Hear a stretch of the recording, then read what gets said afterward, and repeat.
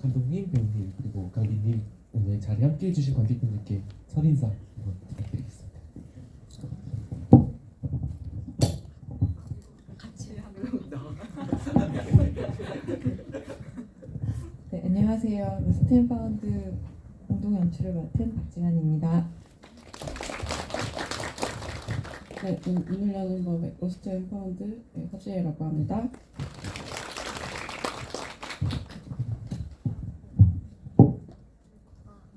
안녕하세요.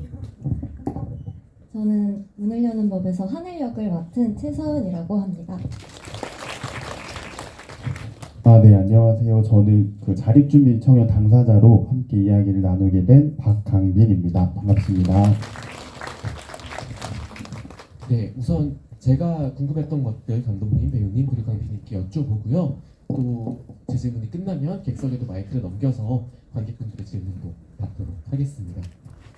먼저 두 감독님께 여쭙고 싶어요. 여러분 제가 간단하게 양력을 소개를 해드리면 박지원 감독님은 단편 곰이 날개로 크게 주목을 받으셨고, 또 2020년에 김혜수 배우, 이정은 배우, 노정희 배우 나오셨던 장편 영화 내가 죽던 날을 만드셨습니다. 그리고 허지 감독님 역시 장편 영화 졸업이 또 영화제에서 굉장히 큰 반향이 있었고요.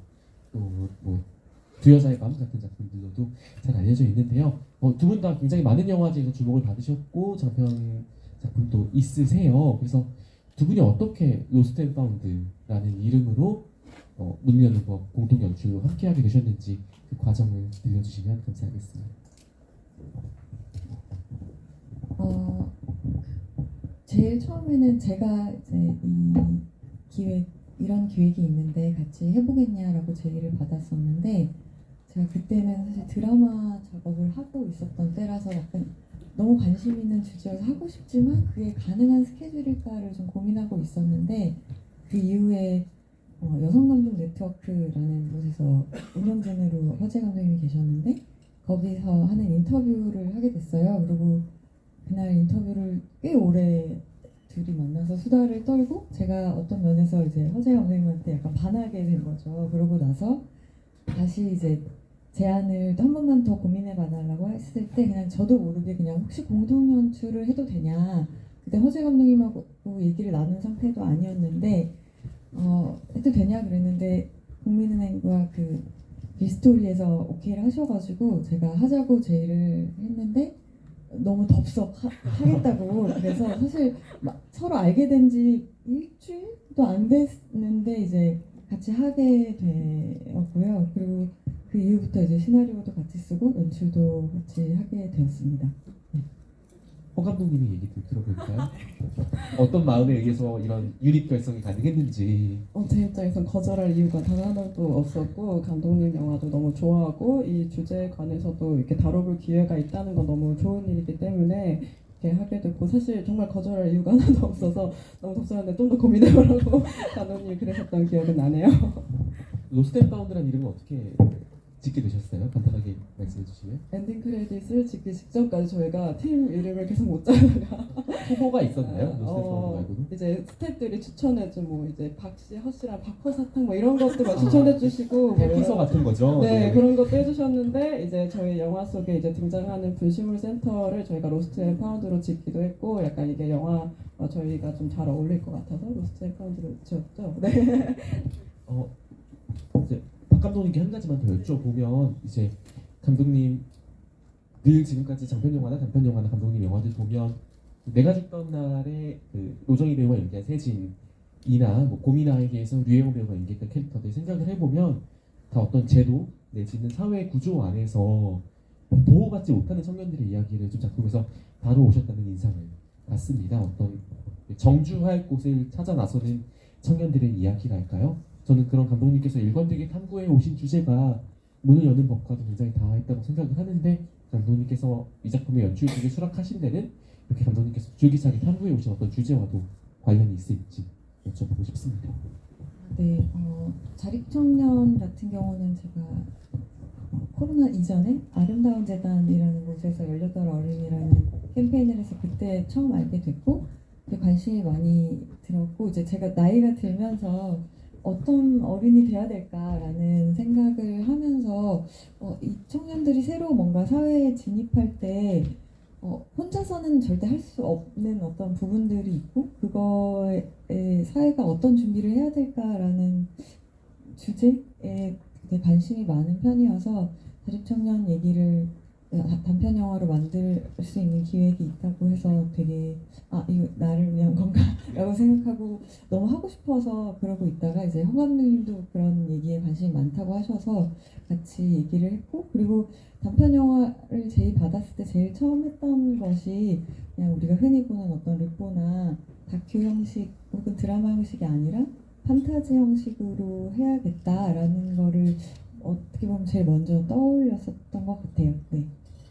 그 점에 관해서도 차후에 여쭤보도록 하겠습니다. 네, 최서원 배우께 질문 드릴게요. 최서원 배우도 문을 여는 법에 어떻게 합류하게 되셨는지 그리고 처음 딱 시나리오 읽으셨을 때 하늘이라는 캐릭터가 배우님께 어떻게 다가오셨는지 관객분들께 들려주시면 감사하겠습니다. 저는 일단 미팅을 통해서 처음 감독님들과 만났고요. 그리고 나서 대본을 읽고 제가 판타지 이런 류를 정말 너무 좋아하는데 평소에도 좀 좋아하시는 너무 장르셨어요? 좋아해서 사실 미팅이 있다는 걸 알기 일주일 전에 그냥 혼자서 이상한 나라 앨리스를 너무 보고 싶어서 봤는데 미팅할 때 이게 그 모티프로 이상한 나라 앨리스도 있다 하셔서 운명인가? 약간 이런 생각도 하고 또 처음 대본을 읽었을 때 하늘이는 되게 당당하고 똘똘하게 다가와서 제가 되게 하늘이한테도 배울 게 많겠다라는 생각을 했었습니다. 왜냐면 좀 이 자꾸 자신한테 어려운 과제를 주는 세상을 좀 자신만의 방법으로 계속해서 이겨나가고 좀 맞서는 그 하늘이의 모습이 되게 똘똘하게 잘 해나가고 있군 이런 생각을 하면서 대본을 읽었습니다. 최서원이라는 배우 본인과 하늘이와 좀 닮은 점이 있다면 어떤 점이 있다고 생각하세요? 하늘이랑 다른 점이 있다면 저도 그 어떤 문제에 맞닥뜨렸을 때 일단 혼자 해봐야지 해보고 나서 해보자. 네, 그게 있는 것 같아요. 우선 시도를 해보시는 거죠? 우선 시도를 해보자. 그러니까 뭐 안 되면 말고 일단 해보자라는 게 있어서 안 될 건 없다라는 마인드가 있어서 저도 부딪히는 그런 게 있었었고 근데 그걸 하늘이를 하면서 더 많이 배울 수 있었던 것 같습니다. 그렇죠. 하늘이는 문을 여는 사람이니까. 네, 강빈님께 여쭤볼게요. 뭐 강빈님 여러분들 뭐 유퀴즈 언더 블럭 같은 TV 프로그램에서 강빈님 보신 분들도 계실 테고 아니면 뭐 여러 TV 방송 프로그램이나 사실 매체 인터뷰에서 강빈님 접하신 분들도 계실 테고 또 오늘 처음 뵙는 분들도 계실 것 같아요. 그래서 늘 자립준비 청년들의 홀로서기에 관해서 목소리를 높여오신 연사신데요. 지금 하고 계신 활동들 포함해서 간단한 자기소개 그리고 오늘 이 자리에 함께 하시게 된 이유 같은 것들 들려주시면 좋을 것 같아요. 네, 저는 보육원을 나오고 나서 한 8년 정도 자립을 한 자립준비 청년이고요. 그래서 당사자성을 전문성으로 해서 뭐 교육, 정책, 인식 개선 여러 분야에서 활동을 해왔던 것 같아요. 오늘 함께하게 된 이유는 저희 길스토리와 KB 국민은행에서 진행하는 그 함께 나길이라는 창작자 후원 캠페인이 있어요. 제가 거기 참여자로 함께하게 되어서 이제 이런 영화의 존재와 그다음에 이 이야기를 알게 되었고 이 영화가 제작되기 전부터 되게 당사자 청년들을 인터뷰를 모집해서 이야기를 많이 들었다고 들었어요. 근데 완성된 이후에도 당사자인 저를 불러서 함께 공유할 만한 감정이나 이야기거리가 많을 것 같다고 하셔서 이렇게 감사한 기회로 오게 되었습니다. 네, 함께 나길 캠페인에 관해서도 이따 제가 차후에 여쭤보도록 하겠습니다. 네, 다시 이제 두 감독님께 본격적으로 영화에 관한 이야기 좀 여쭤보고 싶습니다. 아까 뭐 당사자들을 만나서 그 취재 과정을 거쳤다고 지금 강비님께서 말씀을 해주셨는데요. 그런 두 감독님께서 이런 자립준비 청년에 관해서 어떤 사전 취재 과정을 거치셨는지 들려주시면 좋을 것 같고 또 아까 살짝 언급해 주셨지만 이 소재를 이제 영화로 풀어내는 방법은 굉장히 여러 가지 길이 있었을 것이라고 생각이 듭니다. 그런데 그 중에 이런 판타지 장르로 이런 소재를 독해하시게 된 배경 같은 것들도 여쭤보고 싶습니다. 두 분께서 나눠서 대답해 주시면 감사할 것 같아요. 저희가 만나기 전부터도 그 자립청년 당사자들이 너무나 다양한 분들이 계시고 어떤 한 카테고리로 묶어서 어떤 캐릭터로 만든다는 것이 좀 가능하지 않다라고 저희가 판단을 했었고요. 그렇다면 이 이야기가 영화적인 재미를 주면서 이 사람들의 감정이나 혹은 상황들을 좀 잘 이해할 수 있는 방법이 무엇일까라고 고민을 하다가 판타지 모험이면 좋겠다. 그리고 이분들이 맞닥뜨리는 어떤 상황들이 어떻게 보면 좀 부조리하고 그런 면들이 잘 다뤄낼 수 있겠다라는 생각이 들어서 판타지 장르로 선택했고요. 실제로 이제 시나리오를 저희가 쓰면서 이제 판타지 얘기를 쓰면서 이제 당사자분들 인터뷰를 했는데 제 개인적으로는 제가 만난 그러니까 물론 인터뷰를 섭외가 되는 분들의 성격상도 있겠지만 제가 만난 그 누구보다 건강한 젊은이들이었거든요. 그래서 이 사람들을 뭔가 지금까지 다뤄온 어떤 매체들의 방식으로는 다루지 말자라는 생각이 좀 들었고, 네, 그런 얘기를 나누면서 인터뷰를 진행했었던 것 같습니다. 허 감독님 혹시 보충해 주실 말씀 없으세요? 이제 작품 초반에 하늘이 독립을 준비하면서 이제 심소영 배우가 연기한 그 부동산 주인일까요? 부동산 주인에게 요구했던 조건 중에 하나가 햇빛이었어요. 그래서 좀 이 설정이 등장하게 된 배경 같은 것들 두 감독님께 여쭤보고 싶고요. 최성원 배우 또한 어떤 하늘이 처음으로 요구했던 것이 햇빛이라는 점이 배우님께서 처음 대본을 해서 이 설정을 읽으시고 이 햇빛이라는 것을 하늘이 요구하는구나 라는 설정을 보셨을 때 좀 어떤 마음이 드셨는지 같은 것들도 나눠주시면 좋을 것 같아요. 이 집을 구하는 과정에서 하늘이가 원하는 게 딱 하나 있었으면 좋겠는데 그게 이 어떤 뭐 집의 뭐 공간이라든지 아니면 물리적인 조건이라기보다는 하늘이란 사람이 좀 보이는 조건이었으면 좋겠다고 생각을 했던 것 같아요. 하늘이란 캐릭터가 햇빛을 원한다고 말하는 순간 이 사람이 좀 매력적으로 보일 수도 있고 이 캐릭터가 가지고 있는 어떤 그런 좀 따뜻한 면이라든지 약간 그런 마음까지 좀 느껴질 수 있지 않을까 생각해서 햇빛이라고 선택해서 만들었던 것 같아요. 햇빛이 단순히 일조량에 국한하는 단어는 아니고 이제 어떤 하늘의 따뜻한 면모까지 드러낼 수 있는 소재였던 것이죠. 네, 최성원 배우님.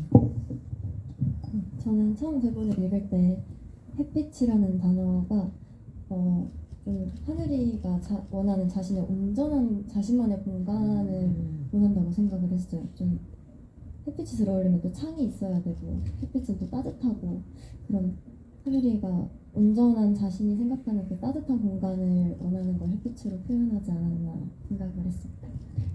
강빈님께도 이 유사한 질문을 좀 드리고 싶은데요. 이제 하늘이 집 구하는 과정에서 굉장히 우여곡절이 많잖아요. 그리고 하늘이 원했던 사실 햇빛이라는 조건도 사실 이렇게 충족하기가 사실 그렇게 쉬운 조건은 아니고요. 그래서 작품 속의 하늘처럼 이제 자립준비 청년들이 새로 살 집을 구하는 현실에서 좀 가장 많이 맞닥뜨리는 문제가 있다면 좀 어떤 것들이 있는지 소개해 주시겠어요? 네, 우선은 하늘 씨는 되게 자립 성숙도가 높은 친구예요. 어떤 점에서요? 자기가 집 구할 때 우선순위가 있어요.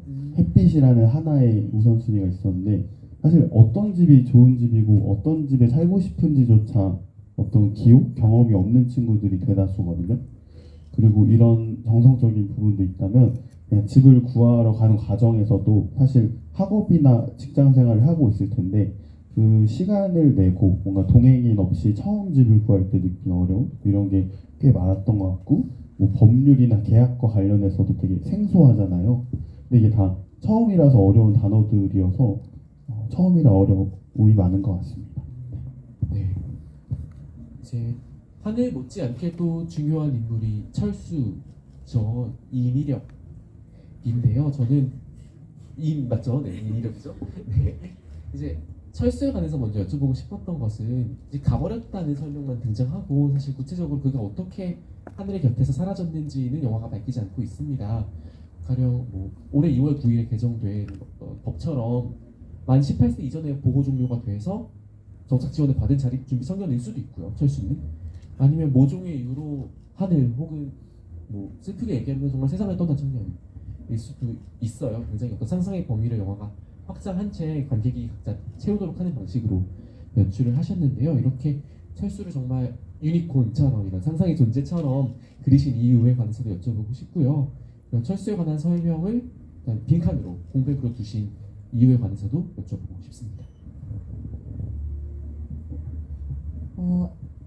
저희가 만난 청년들 당사자분들이 굉장히 밝고 건강한 분들이기도 했지만 동시에 통계로 나오는 어떤 자립 청년들의 실제 상황들은 굉장히 어둡고 그리고 지역 편차도 굉장히 많고 저희가 서울에서 뭔가 만난 친구들이 있지만 지방이나 이런 상황들도 다 너무 다르고 정말 아무런 연결점이 없이 홀로 있다가 세상을 떠나는 친구들도 많다는 얘기를 들었어요. 그리고 어쨌든 너무 어린 나이에 혼자 누군가와 연결되지 않고 있다라고 하는 감정 자체가 굉장히 사람을 지치게 하는 일일 것 같다는 생각이 들었고 그래서 하늘이와 어렸을 때부터 같이 남매처럼 자랐지만 독립한 이후에 연락이 잘 안 되다가 세상을 떠났다라는 정도의 어떤 설정을 해뒀고요. 그래서 이제 하늘 역할의 서원 씨랑도 이제 어떤 방식으로 하늘에게 철수가 남아 있을까 이런 얘기를 많이 하고 그래서 어떤 면에서 대사 중에도 있지만 함께 좋은 어른이 될 줄 알았던 되게 당연한 어떤 마음들이 이제 이루어지지 못했고 그래서 이제 나이 든 철수로도 나타나고 실제 철수로도 나타나서 이제 하늘이를 마음으로 지지해주는 역할이라고 생각하고 설정을 했고요.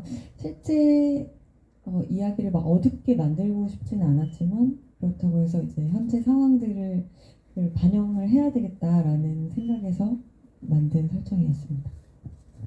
이제 이 작품의 제작자이시기도 한 김남길 배우가 이제 어른 철수로 등장을 하셨습니다. 제가 공교롭게 김남길 배우랑 올해 1월에 좀 긴 인터뷰를 했었는데 굉장히 바쁘시거든요. 김남길 배우가 여러 촬영도 많으시고 근데 좀 이번 제작자시긴 하지만 좀 어떤 경위로 이 출연이 성사가 됐을지 여쭤보고 싶습니다.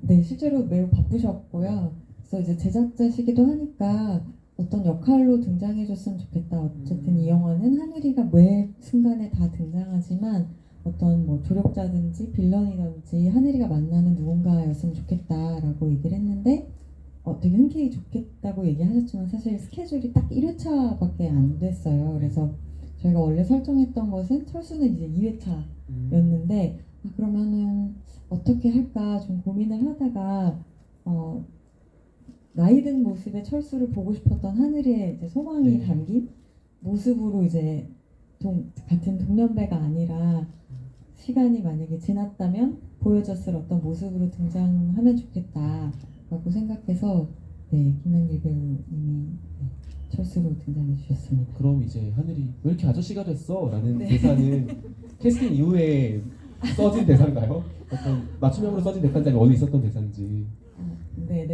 맞춤형으로 어떤 대사입니다. 네. 물론 김남길 배우는 상당히 동안이시죠. 최서원 배우께도 이제 여쭤보고 싶어요. 어떤 아까 감독님이랑 여러 가지 이야기 나누셨다고 좀 들려주셨는데 좀 하늘이란 인물에게 철수는 어떤 존재라고 상정을 하시고 연기를 하셨는지 또 지금 눈앞에 있는 철수를 좀 어떤 존재라고 염두에 두시고 연기하셨는지 여쭙고 싶습니다. 저도 마찬가지로 철수를 어릴 때부터 너무 당연하게 함께한 친구보다 가족이라고 생각을 하고 연기를 했고요. 그리고 그래서 철수한테 하늘이는 되게 많이 의지를 했고 마음을 많이 나눴다고 생각을 했는데 철수가 가버린 게 뭔가 미안하기도 하고 아쉽기도 하고 나는 철수에게 그런 의지가 돼주지 못했나? 라는 어떤 생각과 동시에 그럼에도 이 이상한 나라에서 철수가 또 위로가 돼주잖아요. 그래서 어른 철수든 아이 철수든 하늘의 마음에 계속 남아서 앞으로의 하늘이 또 계속 철수를 생각하면서 길을 나아갈 거라고 생각을 하면서 연기를 했습니다. 강빈님께도 여쭤보고 싶은데요. 제가 한두 가지 정도 더 여쭤보고 이제 객석으로 마이크를 넘기면 될 것 같아요. 이제 올해 2월에 아동복지법이 사실 개정이 됐습니다. 그래서 만 18세 이전에 아동복지 시설이나 위탁가정에서 보호 종료된 자립준비 청년도 자립수당과 같은 지원을 받을 수 있게 되었다고 들었어요. 이제 분명히 세상은 더 나은 방향으로 진보하고 있지만 그럼에도 불구하고 아직 그런 보호 종료자들을 위한 제도적인 지원 혹은 정책적인 지원이 필요한 실정일 텐데요. 그래서 좀 관련 활동도 많이 하시고 강의도 많이 나가시는 강빈님께 여쭤보면 이런 인식 개선 내지는 정책 신설의 측면에서 지금 보호 종료자들을 위해서 필요한 것들이 있다면 어떤 것들이 있을지 좀 공유해 주실 수 있으실까요? 네, 제가 느끼기에 이 자립준비 청년들이 어려워하는 본질적인 어려움은 외로움 같거든요. 되게 네. 혼자 있기 때문에 느끼는 정서적 허기짐 이런 감정인 것 같은데요. 근데 이게 사실은 뭐 부모나 친구나 되게 다양한 지지 체계를 만들 수 있잖아요. 근데 자립준비 청년은 딱 1차적인 지지 체계가 없는 건 맞으니까 그래서 커뮤니티가 좀 더 강화되었으면 좋겠다는 생각을 늘 해왔어요. 네. 그래서 꼭 친가족이 아니더라도 그 지역사회에 있는 어른들과 연결될 수 있는 뭐 멘토링 내지 또 당사자들끼리 어울릴 수 있는 커뮤니티들이 되게 다양해져서 약간 사회적 가족 형태를 이룰 수 있도록 돕는 게 많아졌으면 좋겠다라는 생각을 하고 있어요. 그럴수록 정책적인 지원이 더 필요하겠네요. 공공기관의 네. 협조를 구해야 하는 부분이니까 맞아요, 지역사회에서 맞아요. 하려면. 맞습니다. 혹시 이 자리에 입법과 관련된 분들이 계시다면 유념해 주셨으면 감사하겠습니다. 이제 강빈님께 마이크 간 김에 한 가지 여쭤보면 이제 여러분 다 아시다시피 이제 겐스토리와 KB국민은행이 이 영화의 제작에 중추적인 역할을 했는데요. 이제 두 단체가 2024년 창작가 후원 캠페인 함께 나길을 통해서 문화예술 분야의 재능과 열정을 가진 자립준비 청년들을 지원하는 프로젝트를 진행하고 있습니다. 이제 강빈님도 이 캠페인을 통해서 활동을 하고 계신 걸로 아는데 지금 함께 나길을 통해서 하고 계신 활동들 간단하게 소개해 주시고 또 현재 준비 중인 드로잉 작품이 있다고 들었습니다. 그것도 간략하게 홍보해 주시면 좋을 것 같아요. 저는 길스토리와 KB국민은행 도움으로 그림 전시를 준비하고 있어요. 근데 이게 제가 그림을 배웠다거나 막 엄청 뛰어나게 잘 그리거나 이건 아니고요. 그냥 어렸을 때부터 그림을 그려보고 싶었고 근데 이제 생계나 여러 걱정들로부터 그런 꿈이라는 단어가 되게 멀게 느껴지잖아요. 묵혀뒀다가 저도 27살이 되고 나서 하고 싶은 걸 최근에 하고 싶다는 생각이 들어서 그림을 그려야겠다 싶었고 이제 캠페인과 연결되어서 그 하고 싶은 걸 처음 해보는 그 처음을 함께 하고 있고 그렇게 처음을 함께 해준 어른들 그리고 제가 자립을 하면서 마주했던 좋은 어른들 그리고 되게 기억하고 싶은 상황과 감정들을 그림으로 표현해서 그걸 함께 공감을 나눌 수 있는 그런 전시를 준비해 보려고 합니다. 혹시 좀 구체적인 일정이 정해졌을까요? 12월 중에 예정되어 있는데요. 근데 그림을 잘 그리고 싶다는 욕심이 드니까 너무 어렵더라고요. 네. 그래서 계속 이걸 해야겠다라고 그러니까 정해진 그림이 또 없어가지고 그 처음을 또 다양한 어른들의 도움을 받아서 해봐야 될 것 같습니다. 네, 전시도 기대하고 있겠습니다. 제가 최성훈 배우께 한 가지 질문 더 드리고 이제 객석으로 마이크를 넘길 텐데요. 좀 이제 작품에 굉장히 좋은 대사들도 많았어요. 그래서 성훈 배우님 하늘 연기 하시면서 유독 좀 마음에 남았던 대사가 있다면 어떤 것들이 있으셨을까요? 저는 딱 대본을 처음 읽었을 때부터 계속 네. 울컥울컥해서 이거 많이 보고 다스려 봐야겠다 했던 네네. 대사가 아까 계속 많이 나왔던 같이 좋은 어른이 될 줄 알았어 라는 대사인데 네. 지금도 이거 이거를 진짜 대본 리딩 때도 읽다가 혼자 울고 그래서 저희 감독님이 되게 티셔서 그럴 수 있어 근데 울면 안 돼. 아직 카메라 앞에서 울면 안 된다. 네. 여기서 실컷 울고 네, 그러지 그리고 말아라 하겠죠? 옆에 아이철수도 같이 이제 읽는데 저랑 친한 동생이래. 오, 되게 감수성이 좋다. 이러고 그래서 저만 슬픈가요? 그 대사를 그래서 계속 그래 이거 슬픈 그거 하지만 이렇게 이겨내야지 했는데 결국엔 촬영장 가서도 울어서 이겨내지 못했던 대사입니다. 네. 그래서 그 대사가 가장 아직도 기억에 남습니다. 지금 이겨내셨습니까? 괜찮죠? 그럼 화이팅. 네. 이제 객석에서 함께 영화 보신 분들의 질문도 받아볼까 합니다. 손 들어주시면 저희 담당자가 마이크 건네주실 텐데요. 혹시 질문 있으신 분 계실까요? 네, 먼저 제일 맨 앞줄에 계신 분께. 우선 보면서 마음 울컥하게 한 영화를 만들어 주시고 참여해 주시고 해서 감사드리고요. 지금 참여하신 네 분이 생각하시는 노랑새는 실제적으로 어떤 거였을까가 궁금합니다.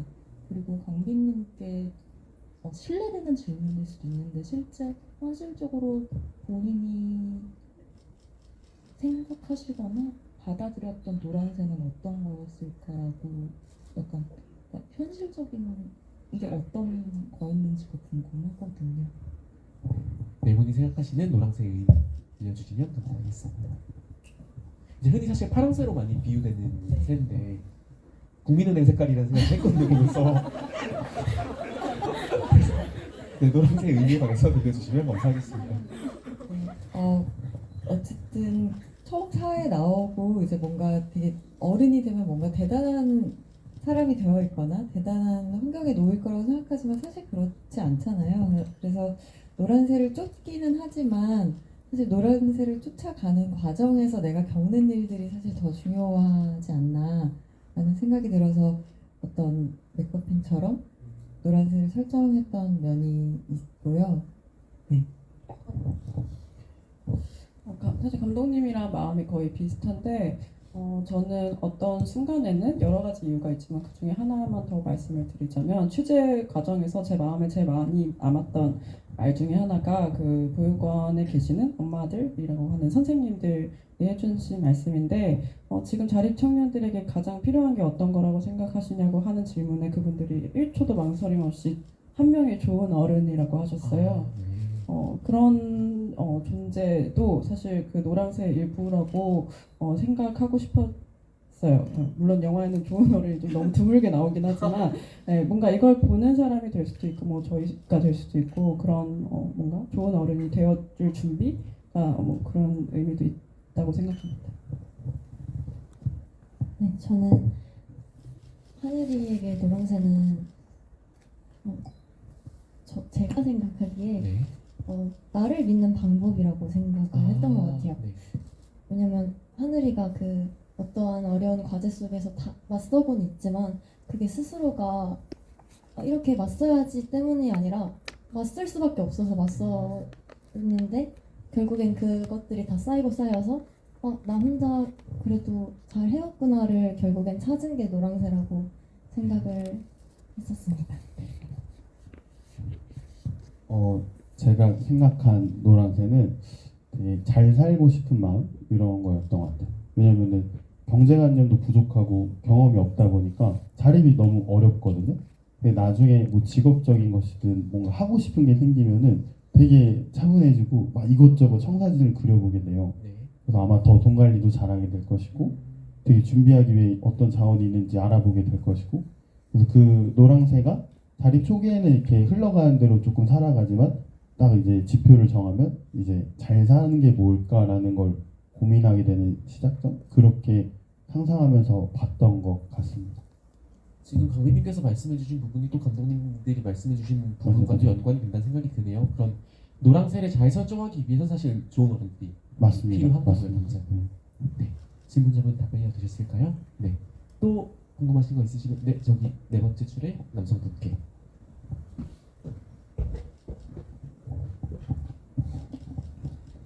예, 일단 허지혜 감독님이랑 박지원 감독님의 작품 잘 감상했고 최소은 배우님의 연기도 저는 굉장히 몰입해서 봤습니다.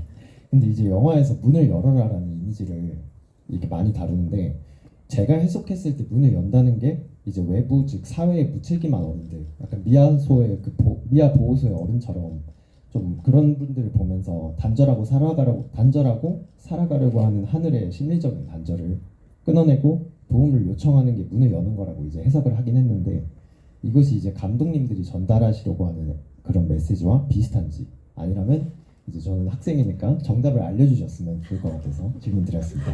네, 문을 열어주십시오. 이미 정답을 알고 계신 것 같고요. 저희도 어쨌든 내가 그냥 그 네 개의 벽 사이에 있는 아늑한 곳에 있다가 뭔가 새로운 곳으로 나간다는 것은 모두에게 두려운 일인 것 같아서 하늘이 같이 이제 시작하려는 청년들이 어떻게 됐든 문을 한번 열어봤으면 좋겠다. 그리고 나쁜 사람들이 있을 수도 있지만 그 중에 누군가 한 명 좋은 사람을 만나면 또 더 좋은 일들이 일어날 수도 있고 어떤 형태의 문이든 내가 뚫어서 만들어서 열 수도 있다라는 마음으로 문을 열었으면 좋겠다라고 생각해서 문을 열는 법이라고 했던 것 같습니다. 네.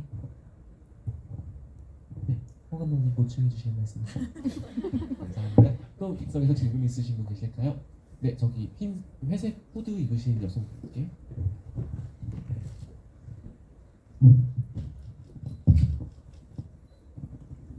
영화제니까 우선 영화 잘 봤습니다.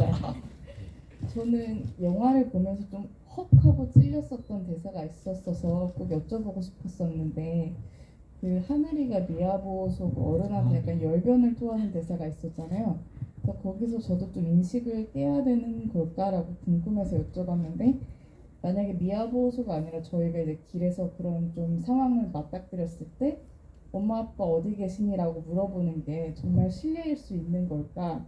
아니면 주 양육자나 보호자 어디 계시니라고 물어보는 게 정말 일상적이고 맞는 옳은 표현인가가 궁금해서 아마 취재하셨을 때 그 부분이 캐치가 되신 걸로 이해는 되는데 그걸 좀 여쭤보고 싶었습니다. 네, 이런 인권 감수성을 반영한 용어들을 일상에서 사용할 수 있는 것, 있는 문제 비판에서 질문해 주셨어요.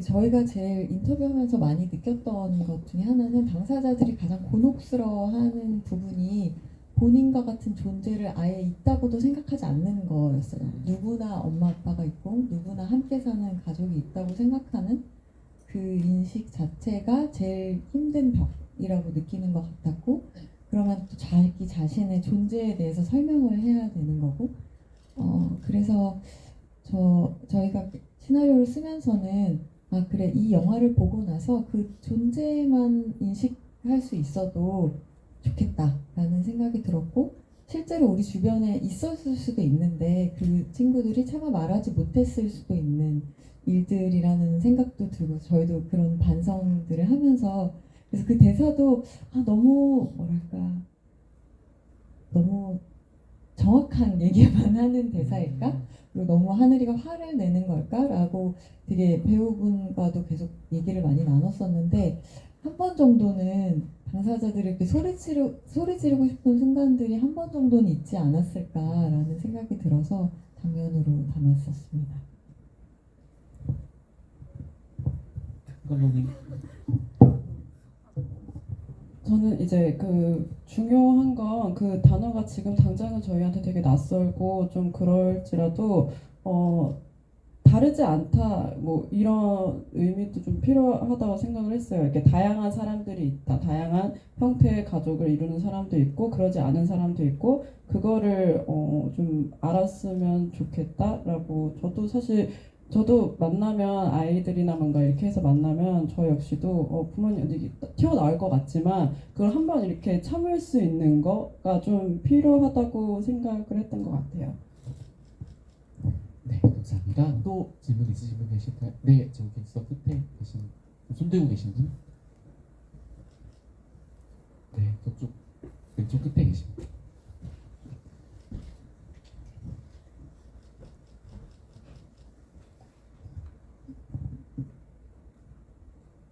일단은 이게 자립 청년뿐만 아니고 개인적으로 느끼기에 사회 초년생 분들이 보셔도 충분히 약간 공감할 것 같은 영화여가지고 개인적으로 감상 깊게 봤고요. 그리고 최서은 배우님께 여쭤보고 싶은데 짧게 호흡을 맞췄지만 김남길 배우님과 호흡이 어땠는지 촬영 현장에서 물어보고 싶습니다.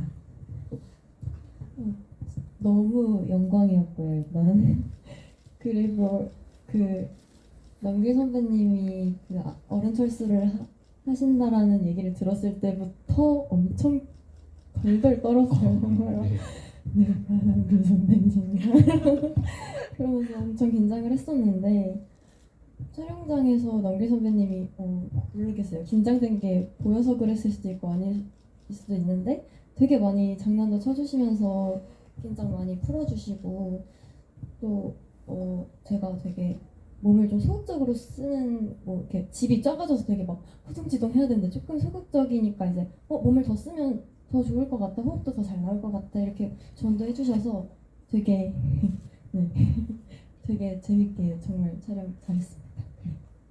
객석에서 한 질문 정도 더 받을 수 있을 것 같은데요. 혹시 궁금하신 점 있으실까요? 손 드신 걸까요? 네, 저기 계신 관객분께.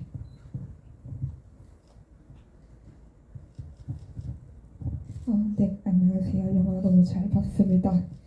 다른 건 아니고요. 그 고등학교 시절에 동아리를 활동한 걸로 나오는데 그게 사자탈이라고 해야 될지 아니 서울패라고 해야 될지 일단 그걸로 설정한 이유가 궁금하고요. 그리고 중간에 이제 친구랑 싸우면서 결국엔 얘기하는 게 대사로 나오진 않고 점점 없어지잖아요.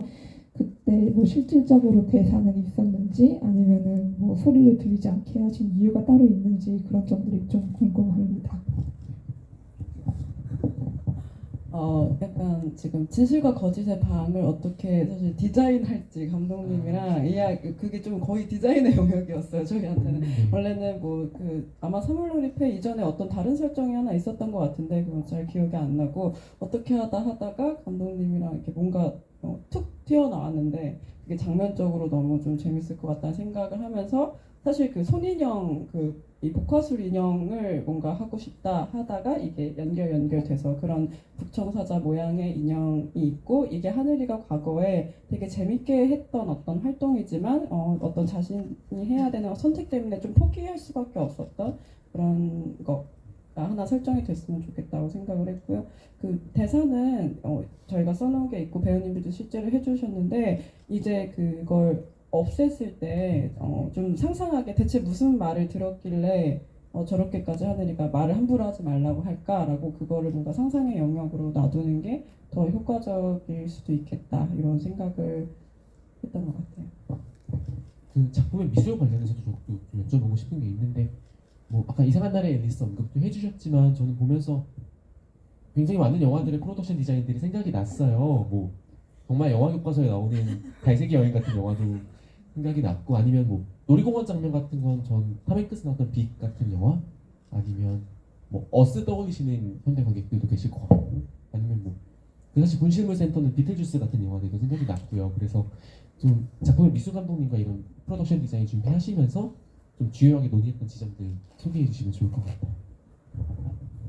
저희가 정말 관객들이 그냥 쉽게 짐작하지 못하는 공간들로 계속 넘어갔으면 좋겠다라는 게 일종의 목표였는데 이제 그게 안재 미술 감독님이라고 이제 저의 첫 번째 내가 죽던 날 같이 했던 미술 감독님이신데 그분한테 이제 보여드리고 함께 하자고 말씀드렸는데 저희가 되게 막혀있던 부분들을 미술 감독님이 되게 해결을 많이 해주셨어요. 그래서 로스트 앤 파운드 같은 경우도 사실 저희 버젯과 이런 것들에 다 맞춰가지고 이런 공간이면 오히려 하늘이가 더 혼란스럽지만 더 많은 것이 보이지 않을까 하고 제안도 해주셨고 세차장도 그렇고 네, 되게 많은 지점들을 미술 감독님 아이디어와 저희는 좀 매번 공간마다 황당한 일들이 일어났으면 좋겠다. 뭐 북청사자도 사실 그런 맥락이었고 그랬으면 좋겠는데 그것을 정말 다 다른 분위기의 공간으로 미술 감독님이 만들어주신 역할이 큽니다. 최서원 배우도 막상 세트 가셨을 때 되게 재밌으셨을 것 같다는 생각이 듭니다. 되게 아까 말씀 주신 대로 매 공간마다 어떤 다른 미션들이 주어지는 세트였잖아요. 어떠셨어요?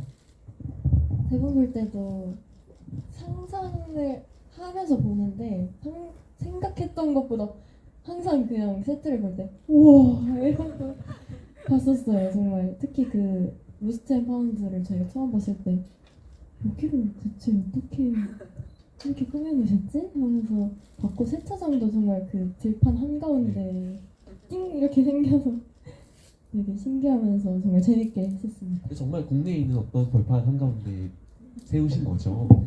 네. 근데 또 멀리 갈 수는 없어서 경기도에서 제작팀이 열심히 찾아주었습니다. 아쉽지만 오늘 시간 관계상 관객과의 대화를 슬슬 마무리를 해야 할 것 같은데요.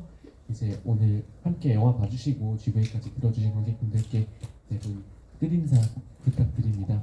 어쨌든 또 문을 여는 법이고요. 또 철수가 이야기하죠. 열면 안 되는 문은 없고 어떤 문은 당신을 단단하게 해줄 것이라고. 그래서 각자 여시고 싶은 문이 있다면 하나씩 밝혀주시면서 관객분들께 마지막 인사 건네주시면 좋을 것 같습니다. 네, 감사합니다. 네, 바람 이렇게 많이 부는 날 아침 일찍부터 와주셔서 너무너무 감사하고요. 이 영화를 보시고 자립청년에 대해서 한 번쯤 더 생각해 봐주시면 정말 정말 감사하겠습니다. 감사합니다.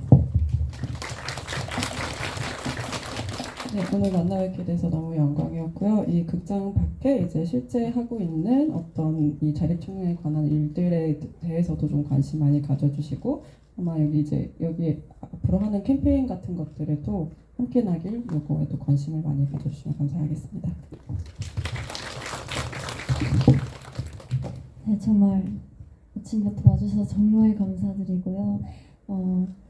저는 앞으로 더 많은 도전을 하고 싶게 만든 영화였어요. 찍고 나서도. 그래서 여러분들도 어떤 도전이 생겼을 때 들여마시고 문을 열어볼 수 있는 계기가 되었으면 좋겠습니다. 감사합니다. 일단 저도 영화 너무 감사히 봤고요. 이야기 잘 들어주셔서 감사하고요. 근데 그냥 존재를 알아주거나 응원해주는 마음만으로 되게 감사하고 힘이 날 때가 있는 것 같아요. 그렇게 이야기 들어주신 어른도 저는 좋은 어른이라고 생각하거든요. 그리고 좋은 어린이랑 있다 보면 또 좋은 어른 되고 싶어지잖아요. 그래서 그런 부분들 기대하면서 저희 열심히 자립하는 친구. 네, 감사합니다. 네, 오늘 백석 상영 끝까지 채워주셔서 감사합니다. 여기서 마치겠습니다. 감사합니다.